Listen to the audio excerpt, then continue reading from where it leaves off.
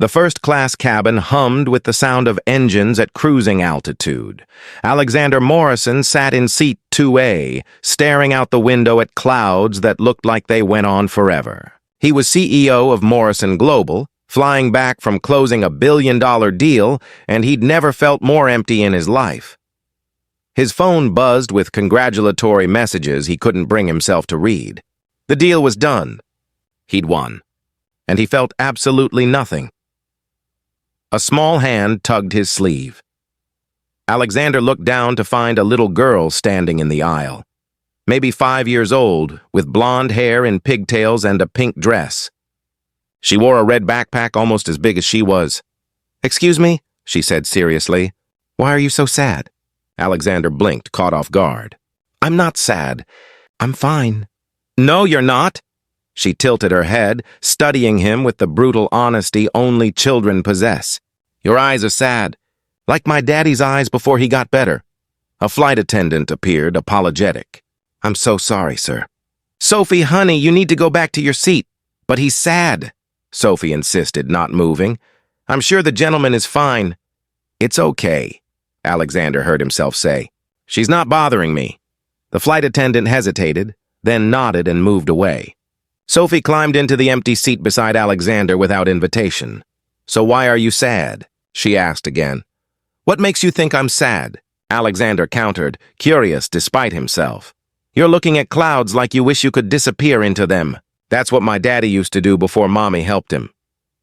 She swung her legs, too short to reach the floor. "Are you lonely?" The question hit Alexander like a physical blow. That's a very personal question. Mommy says it's okay to ask personal questions if you're trying to help someone. "Are you lonely?" Alexander found himself answering honestly. "Yes, I'm very lonely. Do you have a family?" "No, I have a company. I have employees and board members and business partners, but no family." Sophie considered this. "That sounds really lonely. Families are important. When I'm sad, my daddy gives me hugs, and my mommy makes me hot chocolate." "Do you have anyone who gives you hugs?" Alexander felt his throat tighten. "No, that's really sad." Sophie looked genuinely distressed by this information. "Everyone needs hugs.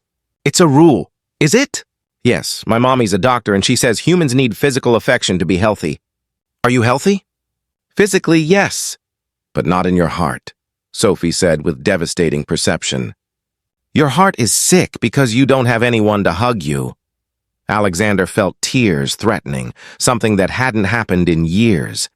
This child, this complete stranger, had diagnosed him perfectly in under 5 minutes. "You're very wise for 5 years old," Alexander managed.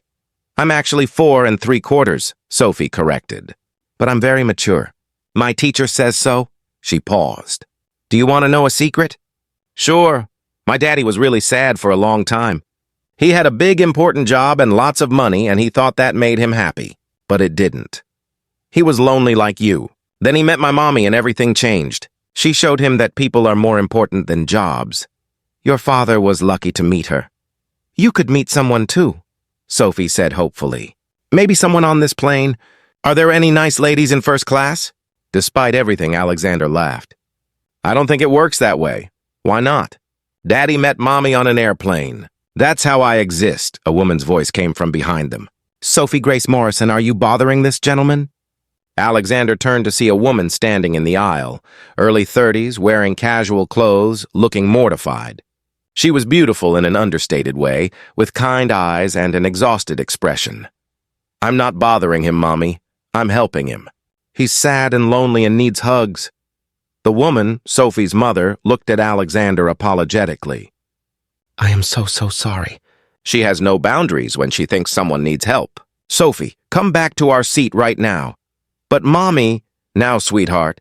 Sophie reluctantly climbed down, then turned back to Alexander. "I hope you find someone to hug you. Everyone deserves hugs. It's a human right." She walked back to her seat, leaving Alexander alone with her mother, who looked mortified. "I'm incredibly sorry," she said. "She's at that age where she thinks she can fix everyone's problems." "She's remarkable," Alexander said honestly. "And she's right, I'm sad and lonely. She has excellent instincts." The woman studied him for a moment. "I'm Rachel Morrison. And you've met Sophie, apparently." "Alexander Morrison." Which makes us name twins, I suppose. Rachel smiled. Morrison is a common name. Are you really okay? Sophie doesn't usually approach strangers unless she senses something genuinely wrong. Alexander stopped. He could give his usual response, the one he gave everyone, or he could be honest. I just closed the biggest deal of my career. I should be celebrating. Instead, I'm sitting here realizing I have no one to celebrate with. No one who cares beyond what this means for their stock options. Rachel sat down in the seat Sophie had vacated, making a decision. How long have you been lonely? Years, maybe my whole life. I've been chasing success since college, climbing ladders, closing deals. I thought achievement would fill the emptiness. It hasn't. My husband, Sophie's father, was the same way. He was a high-powered attorney, working 80-hour weeks, making partner at 30. He had everything society says you're supposed to want, and he was miserable. He died 2 years ago. Heart attack at 38. All that stress, all that striving, and he didn't get to enjoy any of it. Rachel's voice caught. But the last 3 years of his life were different. He'd met me, we had Sophie, and he finally learned to slow down. Those 3 years, they were happy. He said meeting us saved his life, even though he didn't get enough time. I'm sorry for your loss. I'm sorry for yours, Rachel said. You're losing time right now. Every moment you spend lonely is time you can't get back. They talked for the rest of the flight. Rachel was a pediatrician, raising Sophie alone, trying to balance work and motherhood and grief. Alexander shared his own story. No family, no close friends, just an empire he'd built that felt increasingly meaningless. You know what Sophie would say? Rachel asked as they began their descent. She'd say you need to make different choices. Stop chasing things and start chasing people.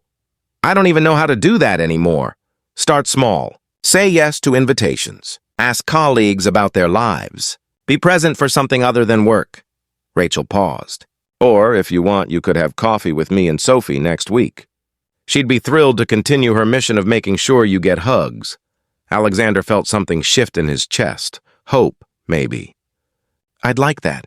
I'd really like that. They exchanged numbers. Over the next months, Alexander became part of Rachel and Sophie's lives.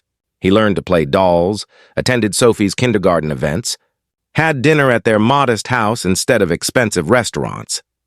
Sophie appointed herself his happiness coach, making sure he took breaks from work, smiled more, and received mandatory hugs.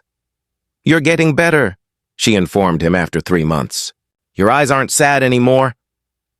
That's because of you and your mom, Alexander said honestly. Are you in love with my mommy? Sophie asked with characteristic directness. Sophie, Rachel said from the kitchen, overhearing. What? I'm just asking. He looks at you the way Daddy used to look at you in pictures. Alexander met Rachel's eyes across the room. Yes, he admitted. I'm in love with your mother.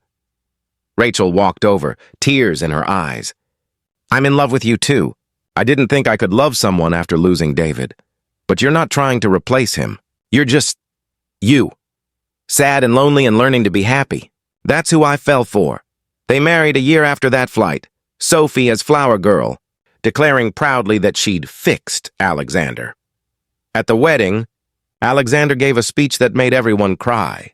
A year ago, I was on a flight, closing a billion-dollar deal and feeling completely empty, he said. A 4-year-old girl asked me why I was sad. I laughed because it was absurd. A child asking me, a CEO, if I was okay. Then I cried for the first time in years because she'd seen what no adult had, that I was dying of loneliness in first class.